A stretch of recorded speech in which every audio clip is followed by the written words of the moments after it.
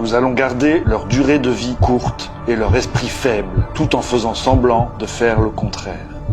Nous utiliserons des métaux lourds, des accélérateurs de vieillissement et des sédatifs dans les aliments, dans l'eau et dans l'air.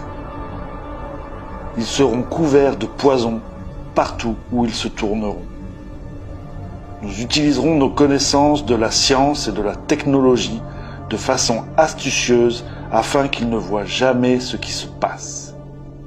Les métaux lourds leur feront perdre la raison. Nous promettrons de trouver un remède sur de nombreux fronts, mais nous leur donnerons encore plus de poison.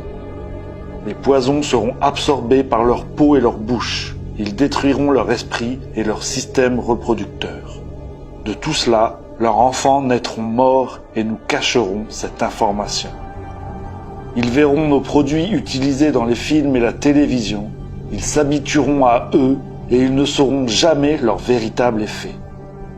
Nous devons être ingénieux dans la distribution des poisons, car ils pourraient tout découvrir.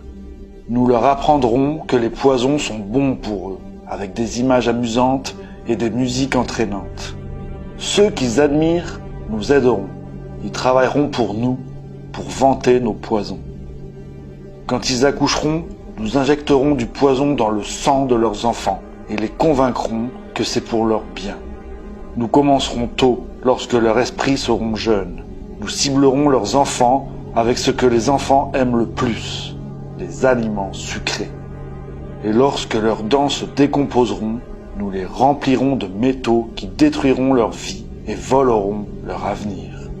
Lorsque leur capacité à apprendre aura été infectée, nous créerons des médicaments qui les rendront malades davantage et causeront d'autres maladies pour lesquelles nous créerons encore plus de médicaments.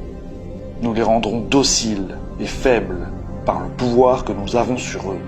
Ils deviendront déprimés, lents et obèses, et lorsqu'ils nous demanderont de l'aide, nous leur donnerons évidemment d'autres poisons. Nous concentrerons leur attention sur l'argent et les biens matériels afin qu'ils ne se connectent jamais à leur esprit.